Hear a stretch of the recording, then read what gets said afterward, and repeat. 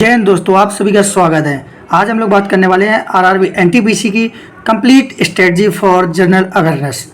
आप सभी जानते हैं कि आरआरबी एनटीपीसी के प्री और मेंस में जो जनरल अवेयरनेस का वेटेज है वो हाई है। मतलब सिर्फ जीके ही आपको फाइनल सिलेक्शन दिला सकती है। आप भी जानते हैं, आपने देखा है कि सीबीटी 1 में 40 प्रश्न पूछे जा रहे हैं और सीबीटी 2 में 50 प्रश्न पूछे जा रहे हैं। तो मैथ रीजनिंग लगभग सभी बच्चों की अच्छी होती है। तो ये स्ट्रेटजी 10+2 और ग्रेजुएशन दोनों के लिए बहुत ही इंपॉर्टेंट होने वाली है। तो इस वीडियो में हम लोग कौन कौन से प्रश्नों को कवर कर रहे होंगे। देखिए, जीके कैसे तैयार करें, जीके कहाँ से पढ़ें, जीके कौन सी बुक से पढ़ें, जीके के बेहतरीन नोट्स, जीके का पोस्टमार्टम, जीके को रटे नहीं समझे, मतलब जीके आपको कैसे पढ़नी है, कैसे तैयार करनी है। इस वीडियो में हम सारी बातों पर बात कर रहे होंगे।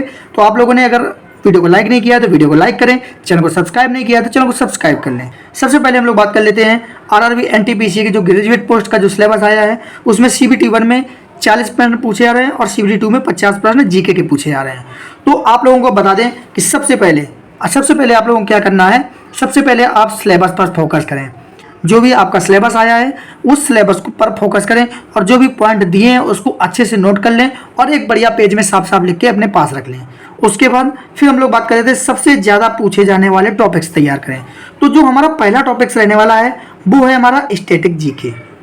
अगर बात करें कि स्टैटिक जीके में जो प्री होता है, मतलब सीबीटी 1, उसमें कितने प्रश्न आते हैं तो 20 से 22 प्रश्न केवल स्टैटिक के ही होते हैं। और स्टैटिक के मैंने आप लोगों को बताया है कि 75+ टॉपिक्स मैं खुद इसी चैनल पर एक एक टॉपिक्स कराने वाला हूं। तो आप लोग ज़रूर हमारे चैनल पर बने रहें और सब्सक्राइब जरूर कर लें। और उसके बाद बात कर लेते हैं कि उस दूसरे नंबर पर जो हमें पढ़ना है वो है हमारा टारगेट साइंस। आप भी जानते हैं रेलवे का कोई भी एग्जाम हो, साइंस का वेटेज काफ़ी होता है। तो साइंस आप कहाँ से पढ़ेंगे, एनसीईआरटी से। मैं दोनों के सोर्स बता दे रहा हूँ। स्टैटिक का सोर्स बता दिया, आपको यहीं से पूरे टॉपिक मिल जाएंगे। 75+ टॉपिक हैं स्टैटिक के, इसी चैनल पर मिल जाएंगे। उसके बाद जो साइंस का सोर्स रहने वाला है वो एनसीईआरटी का 9th और 10th है।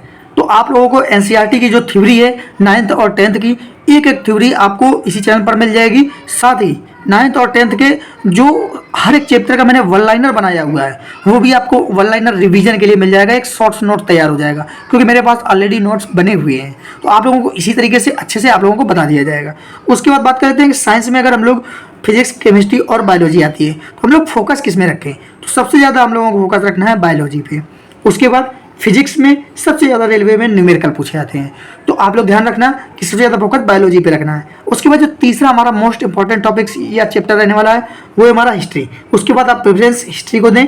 हिस्ट्री के बाद आप पॉलिटी को, पॉलिटी के बाद इकोनॉमिक्स, इकोनॉमिक्स के बाद जियोग्राफी और जियोग्राफी के बाद आप करंट अफेयर।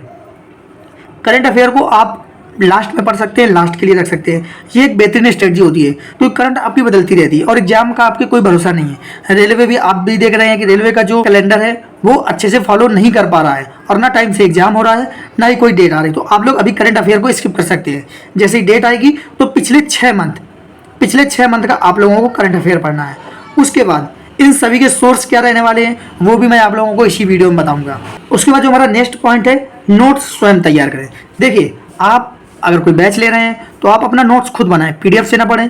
क्योंकि आप जब एक बार नोट्स बनाएंगे और जब दोबारा रिवीजन करेंगे तो आपको ऐसा लगेगा ये तो मेरा पूरा तैयार है, अच्छे से पढ़ा हुआ है। लगभग 30% 40% चीज़ें आपको याद होती हैं। तो नोट्स आप खुद तैयार करें। और एक चीज़, जैसे आपको पीडीएफ मिलती है तो उसमें तो बड़ा बड़ा लिखा होता है, ज़्यादा पेज होते हैं। अगर जैसे हिस्ट्री में 120 पेज हैं और आप जब उन्हें पढ़ने बैठोगे तो वो बहुत ज़्यादा लगेंगे। लेकिन जब इन्हीं को अपने पेन से, आप अपने पेन पेपर से अपना नोट्स बनाएंगे तो ये जो 120 पेज आ रहे हैं ये आपके लगभग 80 पेज में तैयार हो जाएंगे। तो ये 40 पेज का जो मार्जिन होता है ये बहुत बड़ा होता है क्योंकि नोट्स आप अपने अकॉर्डिंग बनाएंगे।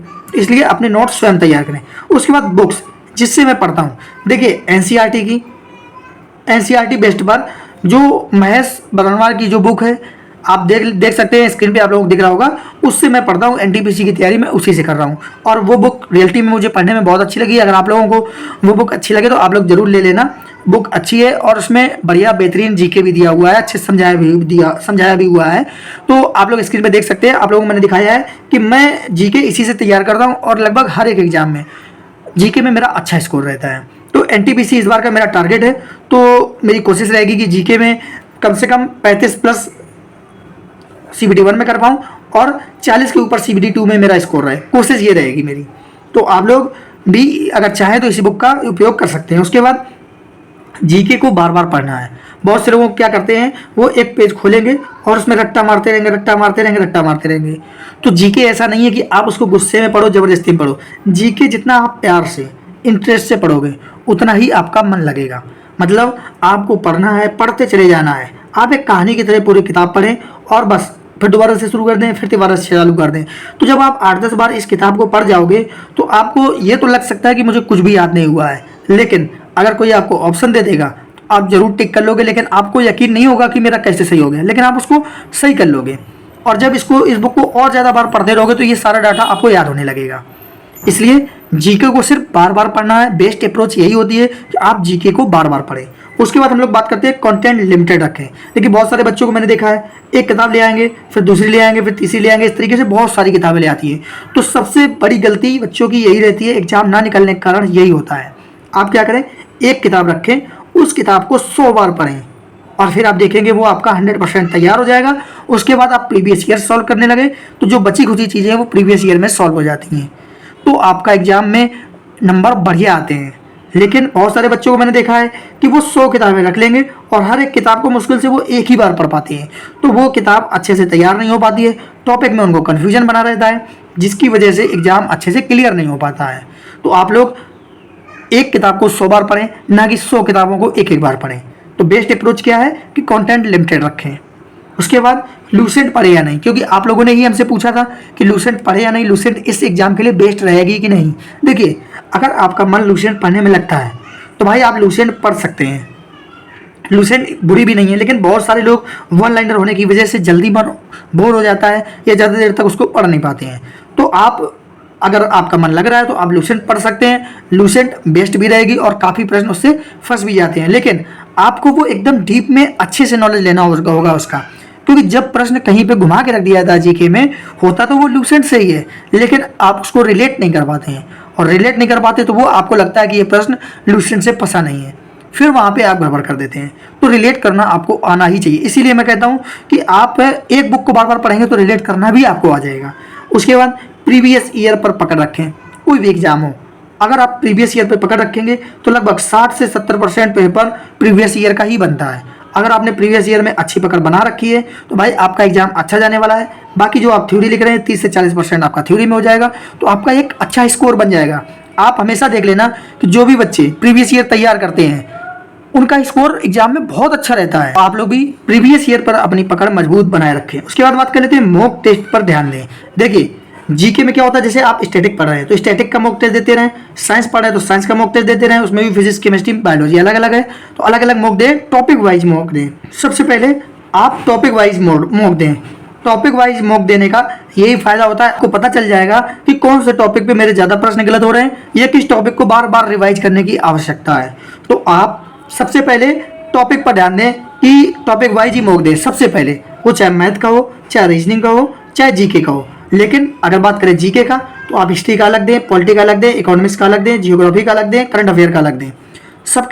सबसे पहले आप टॉपिक वाइज मॉक दें। अगर आप मिक्स मॉक देने लगते हैं फिर आपको गलतियां होने लगती हैं। तो जब आपका स्कोर टॉपिक वाइज मॉक में अच्छा रहने लगे तब आप क्या करें कि फुल मॉक दें। फुल मॉक में आप क्या देखें, स्किप करना आपको आना चाहिए कि तुरंत स्किप कर दें अगर आपको थोड़ी भी कन्फ्यूजन है। उसके साथ साथ आपको एक प्रश्न पर ज़्यादा समय नहीं देना है, ये भी ध्यान रखना है। साथ ही आपको ये देखना है कि आप गलती कहाँ कर रहे हैं, कैलकुलेशन में गलती हो रही है या कहाँ पे गलती हो रही है। अगर ऐसी सब चीज़ें आप ध्यान में देने लगोगे, अच्छे से विश्लेषण करोगे मॉक को, तो आपका स्कोर अपने आप ही अच्छा हो जाएगा।